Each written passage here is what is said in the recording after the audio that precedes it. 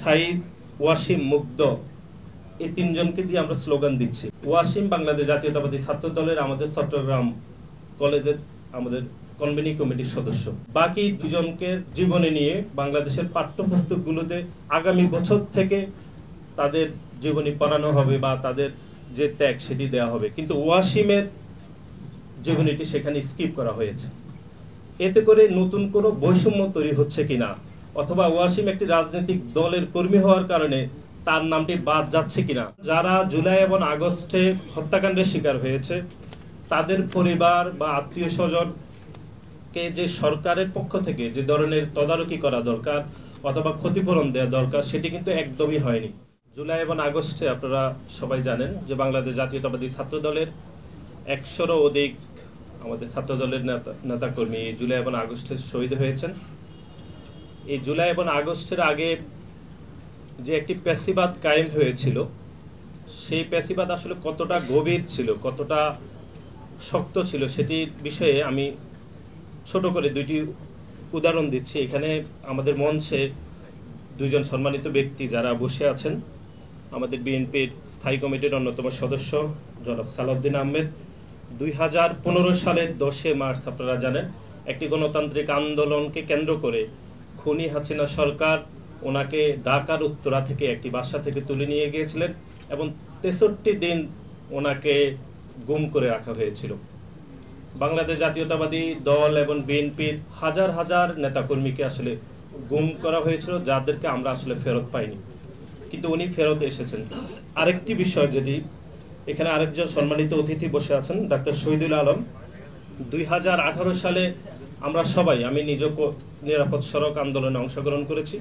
2018 সালের 5 আগস্ট শুধুমাত্র Al Jazeera টেলিভিশনের একটি লাইভ প্রোগ্রামে বক্তব্য দেওয়ার কারণে ওনাকে গ্রেপ্তার করা হয়েছে। গ্রেপ্তার খুবই স্বাভাবিক ঘটনা, এটি হতে পারে অভিযোগ থাকলে, কিন্তু গ্রেপ্তার করে ওনাকে যে পরিমাণ রক্তাক্ত করা হয়েছিল সেই রক্তাক্ত জামা পরিবর্তন করে ওনাকে কোর্টে হাজির করা হয়েছিল।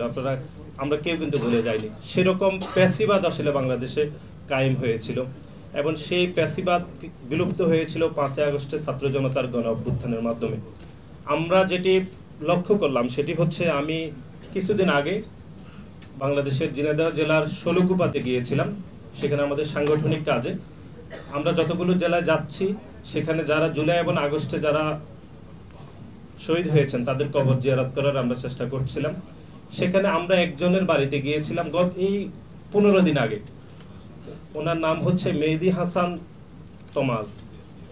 তার বাবা মা আমাদেরকে বলেছে এই গত 3 মাসে এখনো পর্যন্ত ঢাকা থেকে বা এই জেলা থেকে কেউ তার ছেলের কোনো খবর নেয়নি। ইভেন আমরা জাতীয়তাবাদী ছাত্র দলও আমি যাওয়ার আগ পর্যন্ত কেউ আসলে খবর নেয়নি। সুতরাং যারা জুলাই এবং আগস্টে হত্যাকাণ্ডের শিকার হয়েছে তাদের পরিবার বা আত্মীয় স্বজনকে যে সরকারের পক্ষ থেকে যে ধরনের তদারকি করা দরকার অথবা ক্ষতিপূরণ দেওয়া দরকার সেটি কিন্তু একদমই হয়নি। এবং বিশেষ করে জুলাই এবং আগস্টে যারা গুরুতর আহত হয়েছে, বিশেষ করে যারা চোখের সমস্যা হয়েছে, তাদের চিকিৎসা বাংলাদেশে একদমই হচ্ছে না। এই যে অন্তর্বর্তীকালীন সরকার এখন রাষ্ট্র ক্ষমতায় রয়েছে, আমরা তাদের প্রতি আবেদন জানাচ্ছি যারা আহত হয়েছেন, বিশেষ করে চোখের যাদের সমস্যা হয়েছে তাদেরকে দ্রুত চিকিৎসা দেওয়ার জন্য আমরা জোর দাবি জানাচ্ছি। এবং একই সাথে আমরা দেখেছি এখানে বেসরকারি বিশ্ববিদ্যালয়, বিশেষ করে যেহেতু আমি ঢাকা বিশ্ববিদ্যালয়ের শিক্ষার্থী, ঢাকা বিশ্ববিদ্যালয় যখন 16-17 তারিখে একদম বন্ধ হয়ে গেছে বাংলাদেশের অন্য আবাসিক বিশ্ববিদ্যালয় বা পাবলিক বিশ্ববিদ্যালয়গুলো, তার পরবর্তী সময় থেকে বাংলাদেশের প্রাইভেট বিশ্ববিদ্যালয়গুলো, তো বিশেষ করে রামপুরা থেকে উত্তরা পর্যন্ত বা এর বাহিরে এর নেতৃত্ব বাংলাদেশে যেরকম অভূতপূর্বভাবে বেসরকারি বিশ্ববিদ্যালয়ের শিক্ষার্থীরা দিয়েছেন, এটি বাংলাদেশের হাজার বছর ধরে বাংলাদেশের মানুষ, বাংলাদেশের সাধারণ শিক্ষার্থীরা তাদের এই ত্যাগ, তাদের এই নেতৃত্ব বিশেষভাবে মনে রাখবে। এবং আমরা মনে করছি ভবিষ্যতে যদি প্যাসিবাদ কায়েম হয় অথবা ভবিষ্যতে বাংলাদেশের যে কোনো প্রয়োজনে বাংলাদেশের বেসরকারি বিশ্ববিদ্যালয়ের শিক্ষার্থীরা অতীতের মতো আবারও প্যাসিবাদ যদি কায়েম হয় তাদেরকে বিলুপ্ত করার জন্য অনবদ্য ভূমিকা রাখবেন।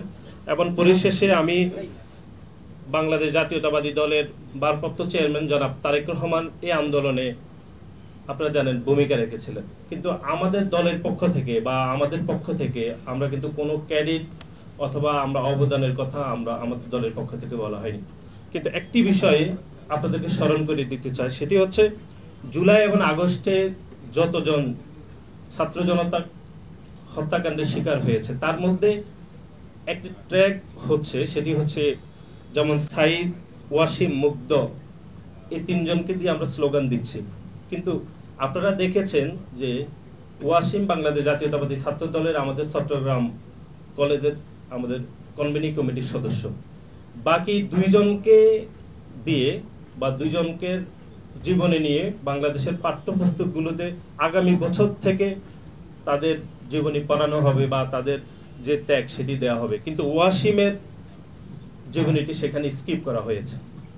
এতে করে নতুন কোনো বৈষম্য তৈরি হচ্ছে কিনা, অথবা ওয়াসিম একটি রাজনৈতিক দলের কর্মী হওয়ার কারণে তার নামটি বাদ যাচ্ছে কিনা, সে বিষয়টি সচেতনভাবে আপনারা সজাগ থাকবেন বলে আমি আপনাদের প্রতি বিনীত অনুরোধ করে আমি আমার বক্তব্য শেষ করছি। সবাইকে ধন্যবাদ জানাচ্ছি। আসসালামু আলাইকুম।